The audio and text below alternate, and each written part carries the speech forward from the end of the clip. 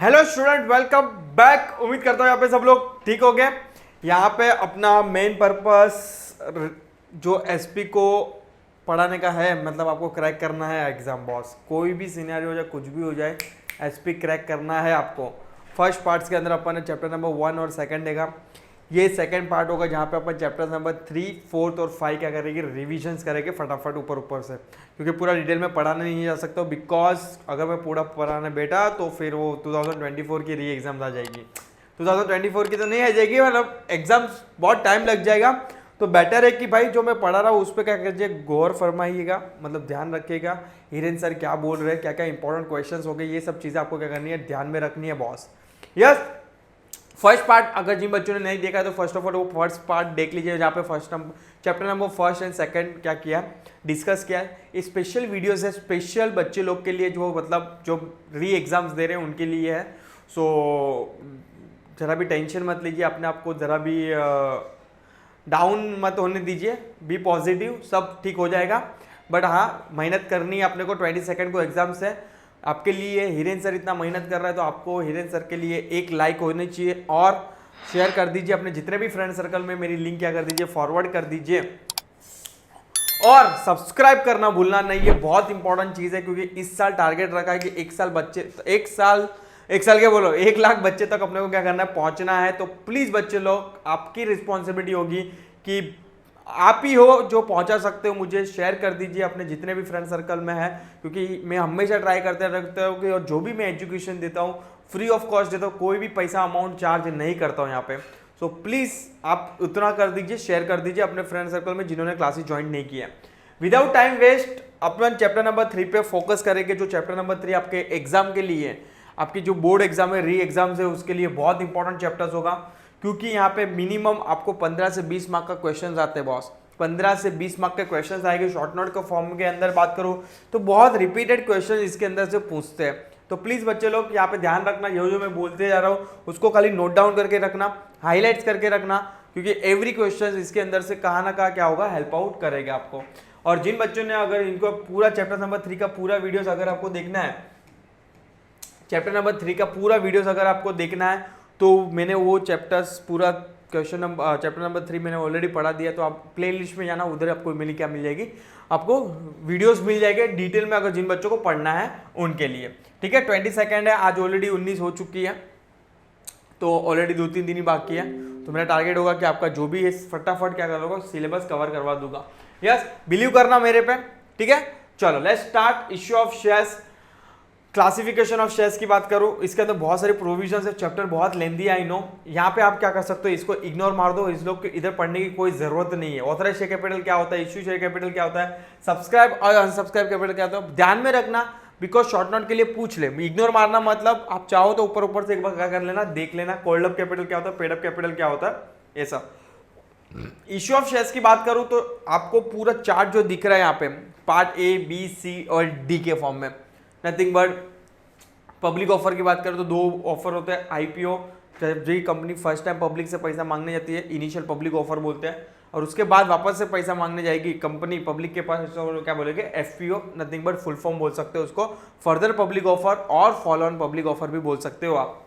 बाद में अगर कंपनी को एग्जिस्टिंग शेयर होल्डर से पैसा उठाना है तो there is a 2 options, right issue and bonus share. Existing share holder मतलब यहाँ पे हाईलाइट करने वाला पॉइंट था, और फर्स्ट पार्ट में मैंने तुम लोगों को चिल्ला चिल्ला के बोला था कि फर्स्ट जो राइट्स मिलता है इसके अंदर, फर्स्ट राइट क्या, ओनली राइट्स जो मिलता है राइट इशू और बोनस शेयर का, वो किसको मिलेगा, only existing equity share holder को। किसको मिलेगा, only existing equity share holder को। मतलब राइट इशू और bonus shares preference share holder को नहीं मिलेगा, नहीं मिलेगा, नहीं मिलेगा। हाईलाइट कर दीजिए ये वाले पॉइंट्स को।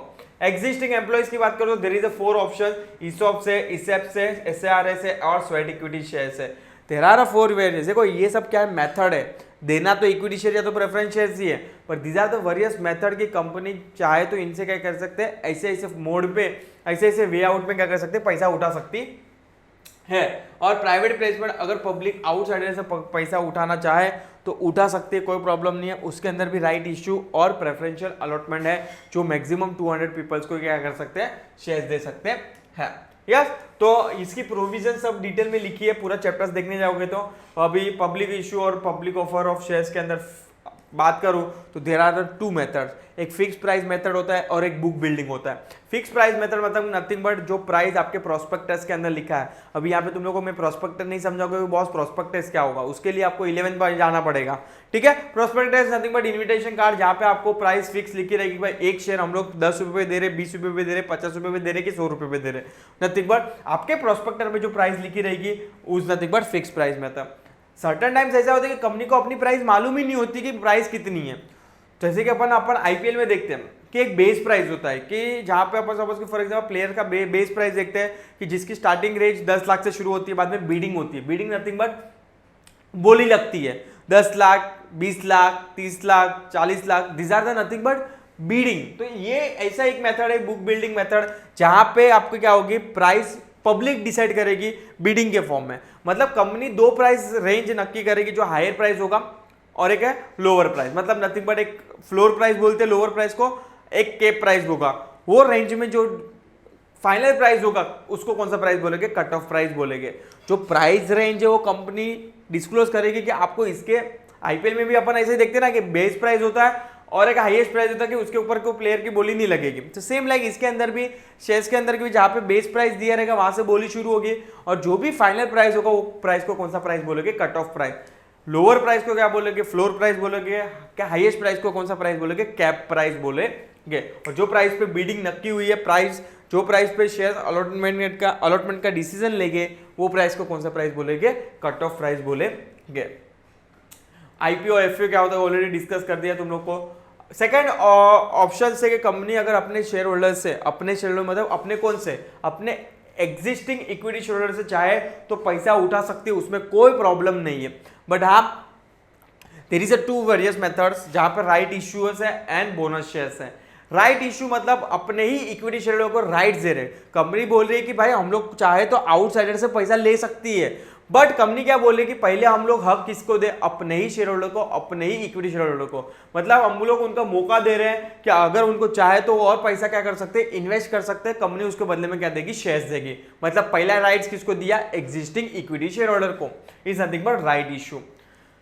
सेकंड है बोनस शेयर्स। अब ये बोनस शेयर्स क्या होता है, बोनस शेयर्स नाम में लिखा है, बोनस मतलब free of cost. Of course आज दिवाली में कोई बोनस मिलता है एम्प्लॉइज को, फ्री ऑफ कॉस्ट मिलता है, तो ये हो जाएगा बोनस शेयर्स। मतलब शेयर्स मिलेगा पर बोनस में मिलेगा। ये किसको मिलेगा, once again existing equity share holder को मिलेगा, बाकी किसको भी नहीं मिलेगा। प्रेफरेंस शेयर होल्डर को नहीं मिलेगा, नहीं मिलेगा, नहीं मिलेगा, क्योंकि ऑलरेडी उन लोग के पास दो प्रेफरेंस ऑलरेडी है, कौन सा, डिविडेंड और रीपेमेंट ऑफ कैपिटल। बट यहाँ पे जो राइट्स और बोनस जो मिलेगा only existing equity share holder को मिलेगा, प्रेफरेंस शेयर होल्डर को नहीं मिलेगा। अभी यहाँ पे मैं बात करता हूँ बोनस शेयर विदाउट कंसिडरेशन होगा। पहला पॉइंट तो हाईलाइट करने वाला पॉइंट ये था। और किसको मिलेगा, existing employees equity share holder को मिलेगा। और जो बोनस शेयर्स मिलेगा वो फुल्ली पेड अप होगा। क्यों सर, ऑफकोर्स आज किसी को बोनस दोगे और बोलेगे कि 5 रुपये कंपनी देगी, 5 रुपये आप डालो, ऐसा थोड़ी होगा। समझ में आ रहा है कि नहीं, कॉमन सेंस है ये तो, ठीक है। तो जो भी बोनस शेयर्स दोगे आप फुल्ली पेड अप पे क्या दोगे, फुल्ली पेड अप पे शेयर्स अलॉट करोगे किसको, इक्विटी शेयर होल्डर को। यस, तो इसके अंदर सर्टेन और प्रोविजंस है कि कंपनी किस में से बोनस दे सकती है। फ्री रिजर्व्स हो गया, सिक्योरिटी प्रीमियम अकाउंट हो गया, कैपिटल रिडेम्पशन रिजर्व हो गया, इसमें से क्या कर सकती है, फंड यूज करके क्या कर सकती है, बोनस दे सकती है। वह company can not issue bonus share only out of the reserve created by the revaluation of asset. Of course highlight करके रखना एक पॉइंट कि भाई कंपनी अगर सपोज के कोई असेट बेच के कोई प्रॉफिट कमा रहा है तो वो प्रॉफिट में से बोनस डिक्लेयर कर सकती नहीं है। It also can not be issue bonus share instead of paying dividend. ये बहुत इंपॉर्टेंट वाला पॉइंट है। मतलब आप बोल रहे हो कि मैं डिविडेंड के बदले में आपको बोनस शेयर्स दे रहा हूं, कंपनी क्या बोल रही है शेयर होल्डर को कि मैं डिविडेंड के बदले में आपको बोनस शेयर्स दे रहा हूं, तो भी चलेगा नहीं। यस, बोनस शेयर्स आप डिविडेंड के बदले में नहीं दे सकते। अगर आपने डिविडेंड डिक्लेयर किया है तो डिविडेंड ही देना पड़ेगा, अगर बोनस डिक्लेयर किया है तो आपको बोनस ही देना पड़ेगा। आप इंस्टेंट ऑफ कंसेप्ट यूज कर सकते नहीं हो। Once the announcement for bonus share is made by the board of director, it is cannot be a then withdraw। मतलब एक बार कमिटमेंट हो गई वो कमिटमेंट होगी। मतलब बोर्ड ऑफ डायरेक्टर ने डिसीजन लिया, डिक्लेयर किया कि हम लोग बोनस दे रहे हैं 1:1, 2:1, जो भी रेशियोस है उसके हिसाब से डिसीजन ले लिया, तो वो डिसीजन क्या कर सकता है, वो फाइनल डिसीजन होगा। These are the nothing but commitment. वो डिसीजन विड्रॉ नहीं कर सकते, मतलब वापस से ले सकते नहीं हो वो decision. Yes, share holder can not renounce, of course ये राइट तो है नहीं, राइट कैन बी नाउंस, मतलब राइट के अंदर आपको जो शेयर्स मिलते हैं राइट इशू, वो आप रिनाउंस कर सकते हो, बट बोनस के शेयर आप रिनाउंस कर सकते हैं। रिनाउंस का मतलब क्या होता है, मैं चाहूँ तो मैं वो शेयर जो मुझे मिला है वो मेरे डैड को, मेरे फ्रेंड्स को रिनाउंस कर सकता हूँ, बट वो राइट इश्यू। बोनस शेयर्स में जो शेयर्स मिलते हैं उसको रिनाउंस कर सकते नहीं हो। There is no minimum subscription to be collected.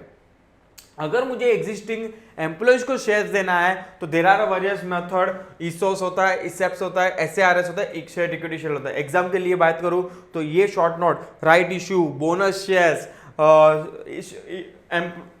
ये वाला ईसोप, इसेप्स, स्वेट इक्विटी शेयर्स, ये सब शॉर्ट नोट के लिए मोस्ट फेवरेबल क्वेश्चंस हैं। तो डोंट स्किप बॉस, इसको स्किप नहीं करना है, डिटेल में पढ़ना है। अब चाहो तो मेरे फुल वीडियोस भी देख सकते हो, अभी जस्ट बनाया रिसेंट मंथ में, लास्ट मंथ में, तो प्लीज इसके भी सारे क्या कर सकते हो, वीडियोस देख सकते हो आप, ठीक है। तो एग्जाम के लिए बहुत इंपॉर्टेंट है, सबकी प्रोविजंस दी है, प्रोविजंस क्या करना है, हाईलाइट करके रखना है, नोट डाउन करके रखना पड़ेगा। प्राइवेट प्लेसमेंट की बात करूं तो कंपनी प्राइवेटली अरेंजमेंट करके क्या करती है, शेयर्स अलोकेट करती है, बट हाँ एट ए टाइम आप मैक्सिमम 200 से ज़्यादा पब्लिक को प्राइवेट प्लेसमेंट के फॉर्म में पीपल्स को ऑफर करोगे, नहीं इश्यू कर सकते नहीं हो। ये छोटा सा पॉइंट हाईलाइट करके रखना है आपको यहाँ पे, ठीक है। और आगे बढ़ेंगे, देखते हैं allotment of shares. Of course देखो there is a basic difference between issues of shares and allotment of share. Issues of share का मतलब क्या होता है, आपने ऑफर किया, इश्यू का मतलब आपने ऑफर किया, एप्लीकेंट ने वो ऑफर एक्सेप्ट करने के बाद मनी कंपनी के अकाउंट में डालने के बाद आप जो प्रोसेस स्टार्ट करोगे, आप मतलब कंपनी जो प्रोसेस स्टार्ट करोगे उसको क्या बोलेंगे, अलॉटमेंट ऑफ शेयर। देखो यहाँ पे आपको अज्यूम करना है कि I am a company secretary, मैं क्या हूँ कंपनी का कंपनी सेक्रेटरी हूँ, मुझे जो भी डिसीजन लेना है कंपनी को एंगल को लेकर लेना है। जो भी मैं यहाँ पे बात कर रहा हूँ तुम लोग को कंपनी के एंगल से बात कर रहा हूँ बॉस। नींद में हो क्या, कुछ डाउट है तो बिंदास कमेंट सेक्शन में डाउट डाल देंगे, सर मुझे ये समझ में नहीं आ रहा है, जो भी डाउट डिफिकल्टी है सॉर्टेड आउट किया जाएगा। यस, तो यहाँ पे मैं क्या बोल रहा था कि भाई जो यहाँ पे प्रोसेस स्टार्ट होगा allotment of share, lemon term की बात करूं, नॉर्मल टर्म की बात करूं, तो आज की जनरेशन में मतलब आज के डेज में दोनों का मतलब सब सेम ही बोलता है कि भाई issues of shares and allotment of shares both are the same, but both are the not same. Issues is nothing but आपका offer, issue is nothing but आपका offer, allotment is nothing but एक बार पैसा आ जाने के बाद जो process start होती है, कंपनी सेक्रेटरी करता है या तो बोर्ड ऑफ डायरेक्टर करता है, वो प्रोसेस को क्या बोलेंगे, अलॉटमेंट ऑफ शेयर। मतलब आप एक्चुअल में शेयर अलॉट करोगे और अलॉटमेंट करने के बाद वो मिस्टर एक्स जो भी मिस्टर वाई ये शेयर सब्सक्राइब किया रहेगा वो क्या बन जाएगा, एप्लीकेंट से शेयर होल्डर बन जाएगा। यार तो देखो यहाँ पे मीनिंग में भी ऐसा लिखा है, when a company give share to an applicant, जब तक शेयर्स नहीं देते तब तक वो एप्लीकेंट कहलाएगा और उसके बाद ही वो शेयर होल्डर कहलाएगा, कभी उसको शेयर्स देने के बाद। समझ में आ रहा? तो ये बेसिक डिफरेंस है, बहुत कम जन को मालूम होता है, बट हाँ मेरे बच्चे एजुकेट होना चाहिए। ये सब जो इतना डिटेल में ज्ञान बांट रहा हूँ ये सब प्रोफेशनल लेवल पे सिखाते हैं, बट हाँ मेरा बच्चा है तो मेरे बच्चे को सब नॉलेज होना जरूरी है। यस, तो अलॉटमेंट ऑफ शेयर्स क्या होता है, उसकी क्या क्या प्रोविजन है, कंडीशन है for the allotment of shares, statutory provision है और जनरल प्रिंसिपल्स है फॉर अलॉटमेंट ऑफ शेयर्स। ध्यान में रखना, अगर एग्जाम में पूछ ले कि please explain the statutory provisions क्या है, पहला तो registration of prospectus nothing but invitation card, आपको इन्विटेशन कार्ड आरओसी के पास क्या करना है, सबमिट करना है। सेकंड हो जाएगा application of money, of course application money आने शुरू हो जाएगा कंपनी के अकाउंट में, मिनिमम सब्सक्रिप्शन 90% होगा। ऑब्जेक्टिव इसके लिए ध्यान रखना, मतलब अगर सपोज कि फॉर एग्जांपल आपने पब्लिक से, आपने मतलब कंपनी ने अगर पब्लिक को 100 रुपए की मांग की और कंपनी ने रिवर्ट में 90% मतलब 90 रुपए की सब्सक्रिप्शन अमाउंट नहीं भरी तो आपका आईपीओ फेल हो सकता है, आपको जो भी पैसा आया वो रिफंड करना पड़ेगा, क्योंकि मिनिमम जो क्राइटेरिया है जो मैंने डिसाइड नहीं किया है बॉस, वो सेबी ने डिसाइड किया है, security exchange board of India. One second repeat, security exchange board of India, short में बोलने जाओ तो सेबी ने क्राइटेरिया डिसाइड किया कि जो भी मिनिमम सब्सक्रिप्शन है वो कितना आना चाहिए बॉस, 90% आना चाहिए। अगर 90% नहीं आ रहा है तो आपने जो भी एप्लीकेशन मनी आया है वो रिफंड करना पड़ेगा विदिन 15 डेज। विदिन 15 डेज में क्या करना पड़ेगा, रिटर्न करना पड़ेगा। यस और नो? यस यस सर आज तो ऐसा लग रहा है कि कुछ समझ में ही नहीं आ रहा है। बच्चे लोग बहुत प्रेशर ले रहे हो, आप लोग अपने आप पे टेंशन मत लीजिए, बहुत टेंशन नहीं लेना है बॉस, यहाँ पे आराम से चील मार के जाओ, एग्जाम में क्रैक कर लेना। हो जाएगा एग्जाम में क्रैक, पर हाँ खाली आपको 80 मार्क का पेपर अटेंड करना है। वो तुम लोग को मैं डे 1 से बोला, गुरु मंत्र कर लो, अपने आप को रट्टा मार लो, अगर याद नहीं रहता तो मुझे 80 मार्क का पेपर क्या करना है, अटेंड करना है। कुछ भी हो जाए, कोई भी सिनेरियो में मुझे एक फिल इन द ब्लैंक्स भी छोड़ के नहीं आ रहा है, लिख के आओ कुछ भी, पर गाने भी नहीं लिख के मत आना बॉस, ठीक है। जो रिलेवेंट है एग्जाम को लेके वही चीजें आपको क्या करनी है, लिख के आनी है। Closing of subscription list, basis of allotment, over subscription हुआ तो क्या करना है आपको, permission to deal on stock exchange, appointment of manager to the issuers and various other agencies. तो ये सब क्या हो गए, स्टेट्यूटरी प्रोविजंस हो गए जो एक्ट में लिखा है। जनरल प्रोविजंस क्या होगा, प्रॉपर अथॉरिटी। भाई ऑफकोर्स कंपनी में मालूम ही नहीं कि कौन किसके पास पावर है, तो इसलिए ये पावर एक ही जन को दिया है, nothing but board of directors को। द बोर्ड ऑफ डायरेक्टर्स मतलब यहाँ पे सिंगल डायरेक्टर के पास पावर नहीं है। अगर एग्जाम में क्वेश्चन आ रहा है 1 मार्क के लिए, अगर खाली डायरेक्टर लिख के आ रहा हो तो भी रॉन्ग है। डायरेक्टर लिख रहे हो मतलब आप बोल रहे हो कि कोई एक ही जन के पास पावर है। बोर्ड ऑफ डायरेक्टर के पास पावर है कि कंपनी क्या कर सकती है, कंपनी बोर्ड ऑफ डायरेक्टर्स क्या कर सकती है, कंपनी के बिहाफ में अलॉटमेंट ऑफ शेयर्स कर सकती है। Allotment must be against application, of course जिसने एप्लीकेशन भरा रहेगा उसको ही अलॉटमेंट मिलेगा, बाकी किसी को अलॉटमेंट मिलेगा नहीं। Reasonable time of course with in 60 days में, याद रखो, हाईलाइट करके रखना है तो रख लीजिए पॉइंट ऑब्जेक्टिव्स के अंदर कि विद इन 60 डेज में आपको क्या कर देना है, अलॉटमेंट कर देना है। सर विद इन 60 डेज मतलब डे स्टार्ट का भी कभी होगा, जब भी पैसा आ जाता है वहां से 60 डेज में आपको अलॉटमेंट कर देना है। Allotment can be made from the किधर गया, as per the allotment shall be done with in 60 days from the receipt of the application money. मतलब आपके पास आज बैंक अकाउंट में पैसा आ गया कंपनी के, उसके 60 डेज में 60 दिन में आपको कर देना है, शेयर्स दे देना है, अलॉटमेंट कर देना है। Absolute and unconditional allotment, of course आपका जो भी अलॉटमेंट हो गया एब्सोल्यूट होना चाहिए, अनकंडीशनल होना चाहिए। मतलब कंपनी बोले कि तू ये कर तो मैं तेरे को शेयर दूं, नहीं, ये कंडीशनल हो गया। कोई भी कंडीशन होनी चाहिए नहीं, आपको जो भी शेयर दे रहे हो अनकंडीशनल होना चाहिए।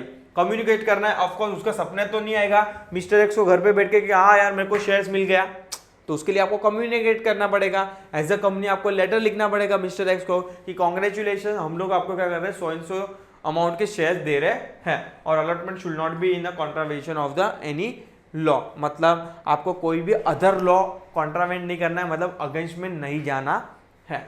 यस, तो ये these are the nothing but general procedure, general condition for the issue allotment of the shares. Exam का ये वाला क्वेश्चन आने की उम्मीद है जो है procedure for the allotment of shares. अगर मैं तो हमेशा बोलते रहता हूँ, जो भी मेरा सेशन चलता रहता है, मतलब मेरे लेक्चर्स चलते रहते हैं, उसके अंदर मैं बहुत बार बोला हूँ कि जब भी प्रोसीजर वाला क्वेश्चन आए तभी आप क्या करना, अवॉइड करना। सर अवॉइड करना क्यों बोल रहे हो आप? अवॉइड करना इसलिए बोलते हो क्योंकि एक भी स्टेप ऊपर नीचे हो गया तो आपके मार्क्स कटने के चांसेस क्या है, मैक्सिमम हो जाता है। इसलिए मैं ट्राई करता हूँ कि तुम लोग क्या करो, अवॉइड करो। सर मतलब आप ये बोलना चाहते हो कि पढ़ो मत? नहीं, पढ़ना है, आपको पढ़ना है, बट आप चाहो तो एग्जाम में उसको अवॉइड करना, क्योंकि आपको खुद को मालूम है कि एवरी क्वेश्चन के अंदर देयर इज ऑप्शन, 4 में से 2 लिखो, 3 में से 2 लिखो, तो वो 2 मतलब 3 ऑप्शन में से ये तीसरा ऑप्शन क्या कर सकते हो, एक क्वेश्चन आप क्या कर सकते हो, ऑप्शन में डाल सकते हो, इग्नोर कर सकते हो। तो हमेशा ट्राई करना है कि जब भी प्रोसीजर वाला क्वेश्चन आए, प्रोसेस वाला क्वेश्चन आए, तो उसको क्या करो, अवॉइड ही करो, बेटर रहेगा आपके लिए। यस, तो ये procedure for the allotment of बात करूँ तो appointment of the allotment committee appoint करनी पड़ेगी। वो जो डिसीजन लेगा बोर्ड ऑफ डायरेक्टर को बताएगा, बोर्ड ऑफ डायरेक्टर के बाद में क्या करेगा, डिसीजन लेगा। Pass a board resolution for the allotment of share. Collection of allotment money, of course पैसा आने लगेगा अलॉटमेंट का, बाद में क्या करेगी, arrangement relating to the splitting of share, arrangement relating to the letter of renunciation. कोई शेयर होल्डर बोलेगा कि मुझे 50 शेयर में से 25 शेयर मेरे को रखना है, 25 शेयर मेरे भाई को देना है, मेरे डैड को देना है, मतलब रिनाउंस करना है, तो वो प्रोसेस स्टार्ट हो जाएगी। बाद में अगर किसको स्प्लिट करना है, बहुत टाइम ऐसा होता है कि सभी शेयर्स नहीं देता है, मतलब सब उसको, मुझे कंपनी ने 50 शेयर ऑफर किए तो मैं सोच रहा हूँ कि 50 में से 30 मैं रखूँ, 20 में क्या करूँ, मेरे डैड को दूँ, तो वो प्रोसेस में मेरे को स्प्लिट करना पड़ेगा।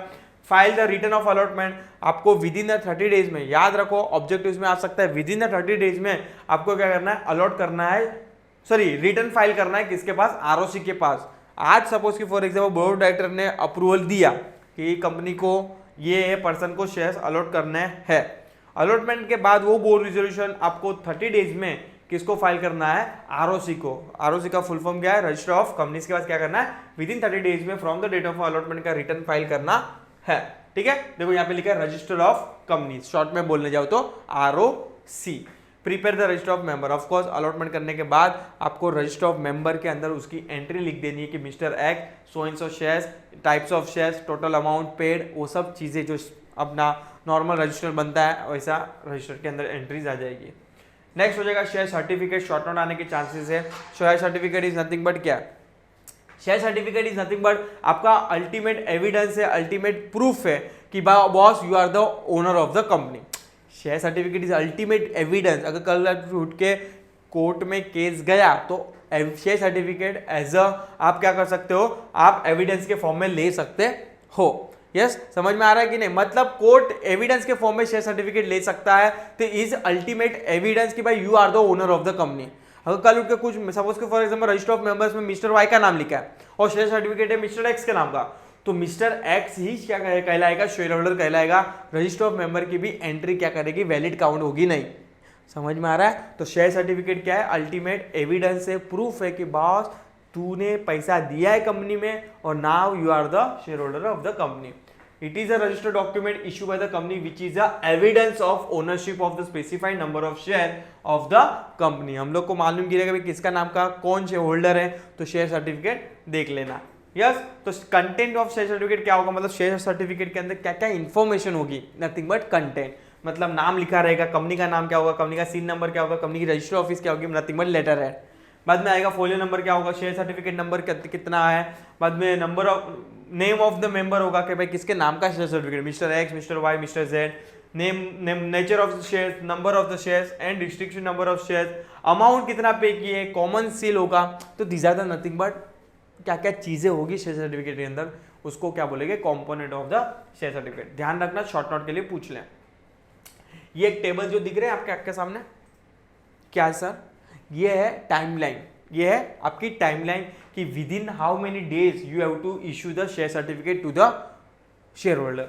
यहाँ पे टाइमलाइन लिखिए। एग्जाम के लिए ये जो छोटा सा टेबल है ना, 1 या 2 मार्क दिला सकती है आपको। देखो क्या लिखा है, with in 2 month from the, अगर मेरे डे इंकॉर्पोरेशन हुई है तो मुझे विद इन 2 मंथ्स में शेयर सर्टिफिकेट दे देना है। अगर मैं कुछ अलॉटमेंट कर रहा हूं तो वो भी अपन ने ऊपर देखा था कि विद इन 60 डेज में अलॉटमेंट हो जाना चाहिए। मतलब विद इन 60 डेज में आपका क्या होना चाहिए, अलॉटमेंट की पूरी प्रोसेस खत्म हो जानी चाहिए। मतलब आपको शेयर सर्टिफिकेट भी दे देना है with in 2 month from the date of allotment to the allottees in case of the allotment of share. But अगर सपोज कि फॉर एग्जांपल ट्रांसफर हो रहा है, ट्रांसमिशन हो रहा है, तो विद इन आपको 1 मंथ में क्या कर देना है, शेयर सर्टिफिकेट दे देना है अगर नया देना चाहो तो। यस तो ये सब चीजें आपको ध्यान में रखनी है। उसके बाद डुप्लीकेट शेयर सर्टिफिकेट के बारे में भी प्रोसेस लिखा है। केस स्टडी आ सकता है बॉस कि अगर डुप्लीकेट कुछ केस स्टडी बना दे तो डुप्लीकेट शेयर सर्टिफिकेट पे केस स्टडी बनने के चांसेस है कि कौन से सिनेरियो में डुप्लीकेट शेयर सर्टिफिकेट दे सकते हैं और कौन से केस में बोर्ड ऑफ डायरेक्टर के पास पावर है कि आपका शेयर सर्टिफिकेट रिजेक्ट कर सकता है। मतलब डुप्लीकेट शेयर सर्टिफिकेट नहीं दे सकता, रिफ्यूज कर सकता है, इन शॉर्ट बोलने जाओ तो ये यहाँ पे सर्टेन प्रोविजंस लिखी है। यहाँ पे बाद में है कॉल्स ऑन शेयर्स क्या होता है, और nothing but sometimes company partly paid up shares issue करती है। मतलब 10 रुपये की फेस वैल्यू कंपनी ने 2 रुपया मंगाया, बाद में कॉल करती है मतलब रियल में कॉल करती है कि भाई अभी वापस से कंपनी को पैसे की रिक्वायरमेंट है, आप क्या करो, वापस से कंपनी बोर्ड मीटिंग हुई थी 100 डेट को, बोर्ड ऑफ डायरेक्टर ने अप्रूव दे दिया है कि वापस से पैसे के मंगाना है शेयर होल्डर से for further business of the, मतलब बिजनेस रन करने के लिए। Is nothing but call on share. Next आ जाएगा forfeiture of shares. Forfeiture of shares मतलब सपोज कि फॉर एग्जांपल मिस्टर एक्स को कॉल किया, मिस्टर एक्स ने पैसा दिया नहीं, पहला वार्निंग दिया नहीं दिया पैसा, दूसरा वार्निंग दिया नहीं दिया पैसा, एक फाइनल नोटिस देगा उसको, 14 डेज का नोटिस देगा उसको। 14 डेज का नोटिस में उसको बोलेगा कि तू अगर पैसा नहीं देगा ना बॉस, तू अगर पैसा नहीं देगा ना तो तेरे जो शेयर्स तूने जो पे किया है ना 2 रुपया पहले पास में, वो भी तू क्या करना, भूल जाना। Is nothing but forfeiture of share. मतलब कंपनी ने उसके शेयर क्या कर लिए, जब्त कर लिए अपने पास, और जो 2 रुपया उससे मिस्टर एक्स से पे किया था वो भी भूल जाना है उसको, कंपनी उसको कोई पैसा रिटर्न में करेगी नहीं। Is nothing but forfeiture of share. मतलब इट्स काइंड ऑफ जबरदस्ती से कंपनी क्या करेगी, शेयर्स ले लेगी उसका। सर क्यों ऐसा करेगी, क्योंकि कंपनी ने उसको प्रॉपरली कॉल किया था, 2 बार किया था, तीसरी बार नोटिस दिया था, 14 दिन का टाइम भी दिया, वापस से वो नहीं सुधर रहा है तो कंपनी को कोई तो एक्शन लेनी पड़ेगी। यस तो बट यहाँ पे एक हाईलाइट करने वाला पॉइंट ये था कि partly paid up share forfeiture हो गए तो कॉमन सेंस है, ये कॉमन सेंस ही है। ये भाई फुल्ली पेड अप वाले फोरफीचर नहीं हो गए, फुल्ली पेड अप वाले क्यों फॉरफीचर हो गए? वो मिस्टर एक्स ने अगर सपोज की 10 रुपए की फेस वैल्यू थी, 10 रुपए पे कर दिया, तो कंपनी क्यों फॉरफीचर करेगी? तो नहीं करेगी ना, ये तो कॉमन सेंस है। बट पार्टली पेड अप होगा तो ही फॉरफीचर करेगी। तो एक हाईलाइट पॉइंट ये है कि खाली पार्टली पेड अप ही शेयर फॉरफीचर हो गए। सेकंड हाईलाइट पॉइंट क्या था? सेकंड हाईलाइट पॉइंट ये, आर्टिकल ऑफ एसोसिएशन के अंदर ये परमिट होना जरूरी है। आर्टिकल ऑफ एसोसिएशन के अंदर ये परमिट होना जरूरी है, मतलब लिखा होना चाहिए company can do the forfeiture of share. अगर आर्टिकल के अंदर नहीं लिखा है तो कंपनी फॉरफीचर नहीं कर सकती। यस, तो इफेक्ट क्या हो गए? फॉरफीचर, ऑफ कोर्स उसकी मेंबरशिप में से नाम निकल जाएगा, उसकी लायबिलिटी जो रहेगी वो तो रहेगी उसके पे। और कंपनी अगर बंद हो रही है, कंपनी अगर बंद भी हो रही ना 1 साल के अंदर, तो वो बंदे ने जो पैसा नहीं पे किया ना उसके लिए भी उसको क्या करना पड़ेगा? पैसा चुकाना पड़ेगा। बट हाँ, कंपनी अगर 1 साल के अंदर कंपनी बंद हो रही है तो देखो यहाँ पे लिखा है if company goes into the liquidation, liquidation मतलब वाइंडिंग अप, कंपनी बंद हो रही है with in 1 year of the forfeiture of share, मतलब कंपनी फॉरफीचर कर दिया शेयर, मतलब समझ के आज उस मिस्टर एक्स से शेयर फॉरफीचर करके नेक्स्ट 6 महीने में कंपनी बंद हो गई, तो भी वो लायबल होगा, उसको क्या करना पड़ेगा? उसके अमाउंट का हिस्सा पे करना पड़ेगा। यस, बाद में होता है surrender of share. Surrender of shares में क्या होगा कि कंपनी जबरदस्ती ने नहीं, शेयर होल्डर अपनी मर्जी से, शेयर होल्डर अपनी मर्जी से जाएगा कंपनी के पास कि ये लो शेयर सर्टिफिकेट, मुझे अभी आपके कंपनी में कोई इंटरेस्ट नहीं है, मतलब मैं मेरे शेयर क्या कर रहा हूं? आपको सरेंडर कर रहा हूं, आप मुझे क्या कर दीजिए? मेरे पैसे वापस कर दीजिए। Is nothing but surrender of shares, is nothing but surrender of share. यहां पे हाईलाइट करने वाला पॉइंट क्या था? यहां पे हाईलाइट करने वाला पॉइंट ये है कि only fully paid up shares ही आप क्या करोगे? सरेंडर कर पाओगे। Only fully paid up share ही आप क्या कर पाओगे? सरेंडर कर पाओगे। फॉरफीचर में क्या था? Only partly paid up share forfeiture होते हैं, बट यहां पे सरेंडर में आपके शेयर फुल्ली पेड अप होना जरूरी है बॉस। ठीक है, next very very very important question for your board exam. Board exam हो, री एग्जाम हो, कुछ भी हो, इस पे क्वेश्चन आने के उम्मीद क्या है? 100% है। Sorry, transfer of shares and transmission of shares. Transfer of shares nothing but company अपनी ट्रांसफरर एंड ट्रांसफर अपनी मर्जी से शेयर ट्रांसफर करते हैं, nothing but transfer of shares. Nothing but दोनों पर्सन क्या है? जिंदा है, अपनी मर्जी से क्या कर रहे हैं? शेयर एक्सचेंज कर रहे हैं, पैसा एक्सचेंज कर रहे हैं, मतलब एक शेयर देगा ट्रांसफरर, उसके बदले में ट्रांसफर उसको पैसा देगा। ट्रांसमिशन ऑफ शेयर्स क्या होता है? ट्रांसमिशन ऑफ शेयर्स के अंदर एक पार्टी जिंदा होगी, दूसरी पार्टी या तो मर चुकी होगी, या तो इंसॉल्वेंट हो चुकी रहेगी, या तो इनसेन मतलब पागल हो चुकी रहेगी, मतलब जहां पे उसके शेयर उसके लीगल रेट को जाएगा। सपोज कि फॉर एग्जांपल मिस्टर एक्स था, मिस्टर एक्स के शेयर, मिस्टर एक्स के रिलायंस के अंदर शेयर था, मिस्टर एक्स टपक गया मतलब मर गया, तो रिलायंस को सपना तो थोड़ी आएगा कि भाई मिस्टर एक्स जो मेरा शेयर होल्डर था वो मर गया। उसके लीगल है, मतलब उसके लीगल है, मतलब उसके या वाइफ या तो फिर सन जाके बोलेगा रिलायंस को कि भाई अभी मेरे डैड नहीं रहे, तो उसके नाम के जो शेयर्स है वो क्या करो? मेरे नाम पे ट्रांसफर करो। ऑफ कोर्स लीगली तो वैलिड ही है, क्योंकि जो भी जायदाद होती है, शेयर्स इज असेट्स, तो जो भी जायदाद होती है वो किसके नाम पे जाएगी? या तो उसके स्पाउस मतलब वाइफ के नाम पे, या तो उसके सन के नाम पे। तो वो केस में वन पार्टी अपनी मर्जी से शेयर ट्रांसफर नहीं कर रहा है, क्योंकि मिस्टर एक्स है ही नहीं। समझ में आ रहा है? मतलब एक पार्टी अलाइव है ही नहीं। ट्रांसफर के केस में दोनों पार्टी अलाइव होगी, दोनों जिंदा होगी, दोनों समझदार होंगे, दोनों अपनी मर्जी से वॉलंटरली शेयर ट्रांसफर करेंगे। बट ट्रांसमिशन ऑफ शेयर में ऑपरेशन ऑफ लॉ, मतलब कानून क्या बोलता है उसके हिसाब से क्या करेंगे? शेयर ट्रांसफर हो जाएंगे। वो प्रोसेस को क्या बोलेंगे आप? Transmission of share. मतलब ये केस के अंदर no agreement, nothing, no SH share transfer form, SH4 बोलते हैं उसको, no SH4, no consideration, nothing. किसके सॉरी वो किसके कौन से केस में? ट्रांसमिशन ऑफ शेयर में। बट ट्रांसफर ऑफ शेयर में आपको एग्रीमेंट बनेगा, SH4 ट्रांसफर करेंगे, एक ट्रांसफर साइन करेगा, ट्रांसफर ही साइन करेगा, पैसे की हेरा फेरी होगी, स्टैम्प ड्यूटी भी पे होगा, सब चीजें होगी। बट ट्रांसमिशन ऑफ शेयर में ये सब चीजें होगी नहीं। समझ में आ रहा है? तो these are the basic difference between transfer of shares and transmission of share. Exam के लिए डिफरेंट बिटवीन प्लीज बच्चे लोग करके जाना, आपको सब डिफरेंट बिटवीन करना ही है, आई नो, बट हाँ ये वाले different between transfer of share and transmission of share पे ज्यादा फोकस कर देना।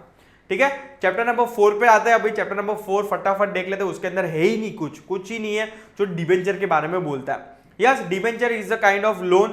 कंपनी चाहे तो लोन के फॉर्म में भी पैसा उठा सकती है, वो हो जाएगा डिबेंचर। और लॉन्ग टर्म के लिए अगर पैसा उठाना है तो debenture is one of the best option.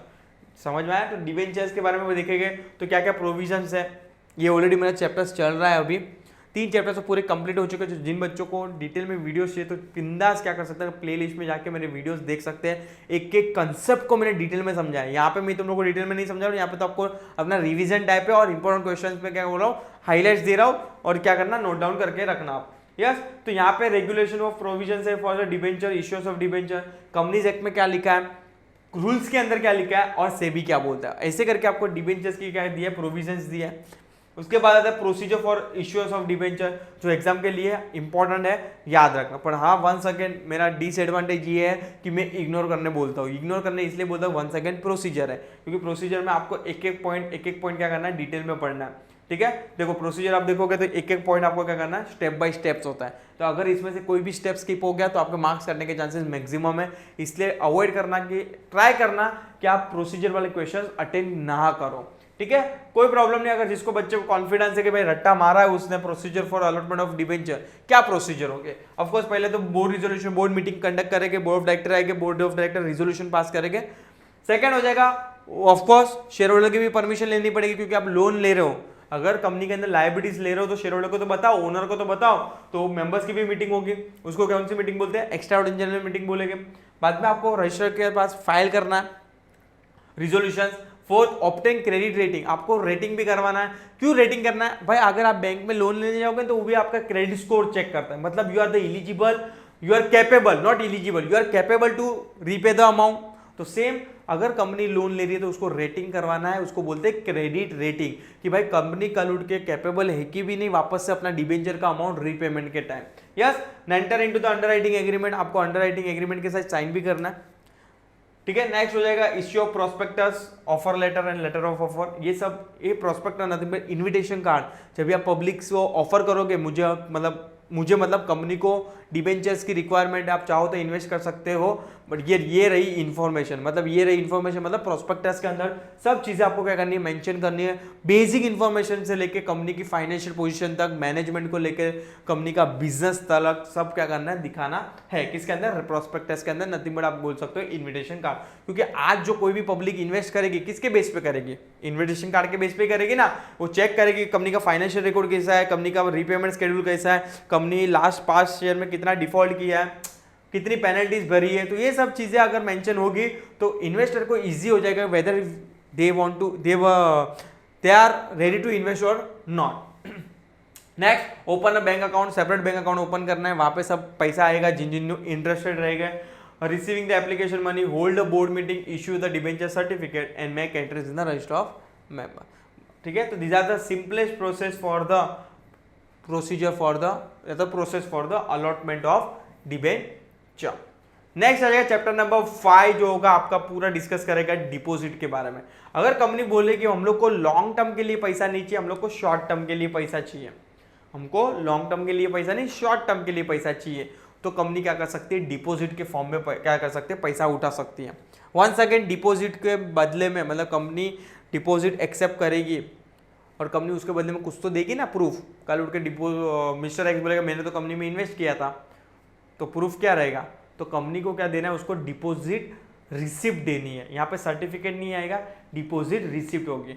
और जो बंदा इन्वेस्ट करेगा कंपनी के अंदर उसको क्या बोलेंगे, डिपोजिटर बोलेंगे। शॉर्ट टर्म के लिए सर क्यों बोला, क्योंकि एक्ट में क्लियरली लिखा है कि मिनिमम 6 महीना, मैक्सिमम 36 मंथ, मतलब 3 साल तक के ही आप क्या कर सकते हो, डिपॉजिट ले सकते हो। It's kind of FD, fix deposit का फॉर्म में है पैसा, जो वर्किंग कैपिटल के लिए, बिजनेस के लिए, डे टू डे खर्चे के लिए अगर आपको पैसा उठाना है तो deposit is one of the best option. इसके अंदर इतना कुछ खास है नहीं, मतलब यहाँ पे सर्टेन लिमिट्स यहाँ पे लिखी है कि कंपनी किससे पैसा ले सकती है, फ्रॉम द मेंबर या फ्रॉम द पब्लिक। अभी प्राइवेट कंपनी बात करूँ तो private company can accept deposit from its member और डायरेक्टर और relative of director. Private company अपने इंटरनली प्राइवेटली ले सकती है, आउटसाइडर से जाएगी नहीं।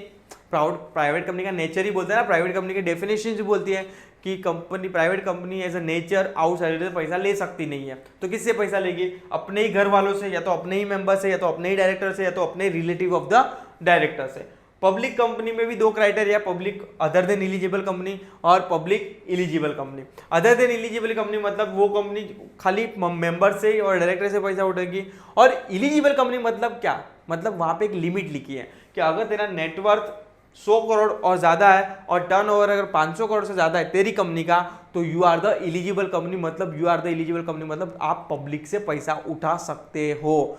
बट ध्यान रखना, ओनली पब्लिक कंपनी उठा सकते हैं, उसमें भी पब्लिक में भी दो बाइफर्केशन है, public eligible, public ineligible. Eligible मतलब जिसका टर्नओवर और नेटवर्थ दोनों में से कोई भी एक लिमिट क्रॉस कर दिया, अगर तेरा नेटवर्थ कंपनी का 100 करोड़ से ज्यादा है तो पब्लिक से पैसा उठा, कोई प्रॉब्लम नहीं है। अगर तेरा टर्नओवर 500 करोड़ से ज्यादा है, पब्लिक से पैसा उठा, कोई प्रॉब्लम नहीं। मगर अगर मगर क्या बोल रहे हो सर, अगर दोनों में से एक भी कंडीशन फुलफिल नहीं हुई, एक भी कंडीशन फुलफिल नहीं हुई, तो आप खाली अपने मेंबर से और अपने डायरेक्टर से ही पैसा उठा सकते हो, मतलब you are cover under the public company, but bracket में क्या आ जाएगा, other than eligible public company. तो ये क्राइटेरिया है, ध्यान रखना प्लीज बच्चों लोग। ये छोटे छोटे पॉइंट्स पे क्या कर सकता है, ऑब्जेक्टिव्स आ सकता है आपको। तो बाकी इसमें से चैप्टर वाइज बात करूँ तो इतना कुछ वाव आता नहीं है, एक क्वेश्चन आता है तो आप चाहो तो उसको ऑप्शन में लिख, चैप्टर को ऑप्शन में डाल के, चाहो तो चैप्टर को ऑप्शन में डाल के वो क्वेश्चन को ही ऑप्शन में डाल सकते हो। बट ऑब्जेक्टिव्स के लिए तुम लोग को मैं बोलो पढ़ के जाना, बिकॉज ऑब्जेक्टिव्स के लिए तो बहुत इंपॉर्टेंट क्वेश्चन हैं। बट यहाँ पे मैं बात करूँ procedure for accepting of deposit from public and accepting of deposit from the member, point देखोगे तो दोनों में 15 ही है, इसमें भी 15 है और नीचे देखोगे तो इसमें ही 15 है। बुलेट पॉइंट है वो भी सेम है, तो सर डिफरेंस क्या है, डिफरेंस क्या है मालूम, जहां पे ऊपर पब्लिक लिखा है ना वर्ड, वहां पे यहां पे आ जाएगा मेंबर, बस पहला बेसिक पॉइंट डिफरेंस ये है। दूसरा हाईलाइट पॉइंट क्या है, दूसरा हाईलाइट पॉइंट, पब्लिक कंपनी है तो ऑफकोर्स एडवर्टाइजमेंट करेगी, ऑफकोर्स एडवर्टाइजमेंट करेगी, तो बट यहाँ पे आप एडवर्टाइजिंग करोगे नहीं, यहाँ पे इंटरनली क्या करोगे, आप सर्कुलेट करोगे, कंपनी अपना सर्कुलर क्या करेगी इंटरनली, क्योंकि मेंबर को ही देना है ना, मेंबर मतलब घर के लोग ही, तो वहाँ पे एडवर्टाइजिंग का कंसेप्ट नहीं आता, यहाँ पे सर्कुलर का मतलब जहाँ पे ऊपर एडवर्टाइजिंग वर्ड यूज किया है, यहाँ पे सर्कुलर, बस ये दोनों ही डिफरेंस है, उसके अलावा कोई डिफरेंस नहीं है। To accept the deposit from public, accepting deposit from member, public और मेंबर्स में क्या प्रोसीजर है, क्या प्रोसेस है, दोनों सेम ही है। बेसिक डिफरेंस क्या है, मेंबर्स में जब पब्लिक में वर्ड यूज किया रहेगा पब्लिक, वो रिप्लेस हो जाएगा मेंबर्स, और जहाँ पे एडवर्टाइजमेंट यूज किया रहेगा वो चेंज होके क्या आ जाएगा, सर्कुलर। बाकी 15 पॉइंट आपका क्या है, सेम है, तो प्लीज इसको कर लेना, एग्जाम में दो में से एक क्वेश्चन आने की क्या है उम्मीद है। आप दो में से एक ही क्वेश्चन पढ़ोगे तो भी आपको दूसरा क्वेश्चन का डिफरेंस मैंने समझा दिया, खाली आया तो आपको क्या कर देना, रिप्लेस कर देना वर्ड, बाकी पूरी प्रोसीजर क्या है, सेम है। ठीक है, तो उम्मीद करता हूँ यहाँ पे आपको समझ में आया होगा। If you any still doubt बिंदास कमेंट सेक्शन में डाल देना, और आने वाला थर्ड पार्ट जो होगा वो बहुत इंटरेस्टिंग होगा, जो आपका आके लेके आएगा जो होगा लेटर्स पे पूरा पार्ट बना होगा, जल्दी लेके आऊंगा उसके लिए वीडियोस, डोंट वरी। उस पर अपन देखेंगे कि लेटर्स में कैसे अपन लेटर्स लिखने होते हैं, क्या क्या चीज़ें ध्यान में रखनी है वाइल ड्राफ्टिंग द लेटर, वो सब चीज़ें अपन नेक्स्ट वीडियो में डिस्कस करेंगे। आज का वीडियो यहाँ पे मैं क्या करता हूँ, ये वाला वीडियो स्टॉप करता हूँ। सो जो भी डाउट डिफिकल्टी एग्जाम को लेकर प्लीज़ कमेंट सेक्शन में लिख देना। और हाँ, अभी विदाउट टाइम वेस्ट आपको 2-3 दिन एसपी क्रैक करना है। अगर जिन बच्चों को खाली ओनली एसपी रह गया है, मतलब अटक गया है, उसको क्रैक कर देना है। टाइम वेस्ट मत कीजिए सोशल मीडिया पे और फोकस कर दीजिए, क्लियर हो जाएगा। और बिलीव इन योरसेल्फ, ठीक है। तो मिलते हैं नेक्स्ट सेशन के लिए, टिल टाइम प्लीज चैनल के लिए अपडेट रहना। Thank you so much.